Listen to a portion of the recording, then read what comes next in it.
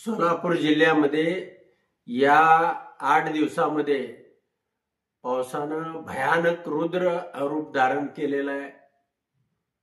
सगळे ओढे नद्या नाले सगळे दुतडी भरून वाहत आहेत, सगळे रस्ते तुटलेले आहेत आणि सगळ्यात महत्त्वाचं म्हणजे शेतकऱ्याच्या शेतामध्ये जे जे होतं, मग बाजरी असेल, कांदा असेल, ऊस असेल, केळी असेल, हे सगळं काय संपलेलं आहे आणि कधी नव्हे एवढा भयानक हा शेतकरी संकटामध्ये आहे। आणि या परिस्थितीमध्ये आज या जिल्ह्यामध्ये मुख्यमंत्री आणि उपमुख्यमंत्री पाहणी दौरा करणार आहेत।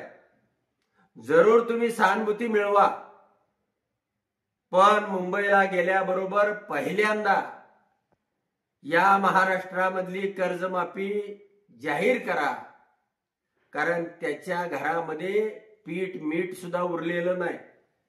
उद्याचं त्याचं भविष्य संपलेलं आहे आणि तुमच्या डोक्यामध्ये दर वेळेप्रमाणेच निवडून येऊ ही जर तुमची कल्पना असेल तर या पुढच्या काळामध्ये हे या महाराष्ट्रामध्ये भारतामध्ये घडणार नाही।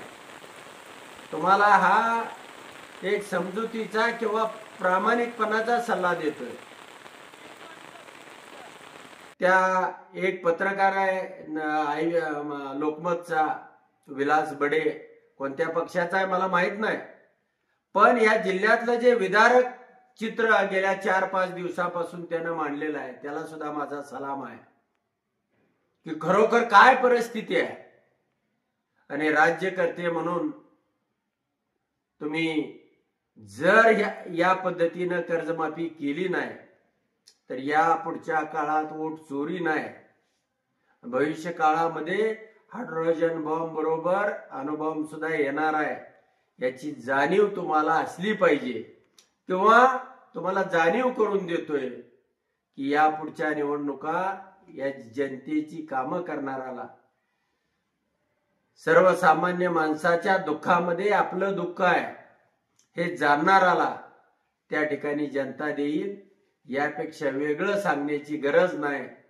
तुम्ही गेल्याबरोबर ही कर्जमाफी कराल अशी सोलापूर जिल्ह्याच्या वतीने अपेक्षा व्यक्त करतो आणि थांबतो। धन्यवाद।